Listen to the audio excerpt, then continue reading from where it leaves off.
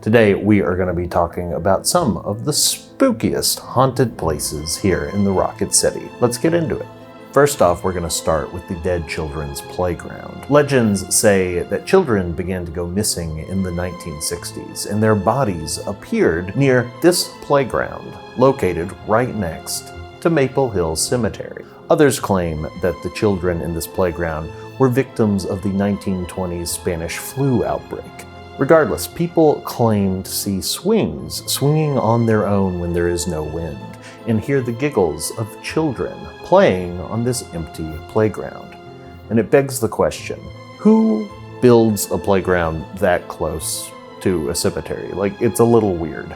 Let's talk about Cedarhurst Mansion, or the Sally Carter House. In 1837, a young teenage girl named Sally Carter was visiting her sister. While she was visiting, she fell ill and died, just shy of her 16th birthday. Years later, a visitor claimed to see the ghost of Sally Carter hovering over his bed, asking to fix her tombstone, which the next morning they found had toppled during the night. Because of these events, people from far and wide began visiting the house. So they had her grave moved to Maple Hill Cemetery.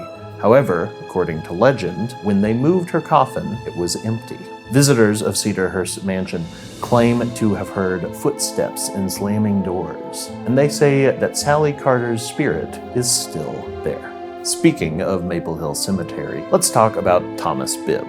Thomas Bibb was the second governor of Alabama, and he wanted to be buried at his beloved home plantation when he died. However, when he passed, he was instead interred at Maple Hill Cemetery. Legend says that on some nights you can see a carriage drawn by white horses coming to take his spirit home. And Thomas Bibb was not the only member of his family who passed into legend. Mary Chambers Bibb, his daughter-in-law, was accidentally poisoned by a servant on her wedding day. Her family built her a mausoleum in Maple Hill Cemetery and buried her there. Legend has it that if you knock on the mausoleum door, you can still hear her rocking in her rocking chair that was placed inside. Last stop, Huntsville Depot. Built in 1860, it is Alabama's oldest surviving train depot, and in the Civil War, it was used as a prison for Confederate soldiers. You can still see graffiti carved by those prisoners in the wall, and some claim that those prisoners never really left.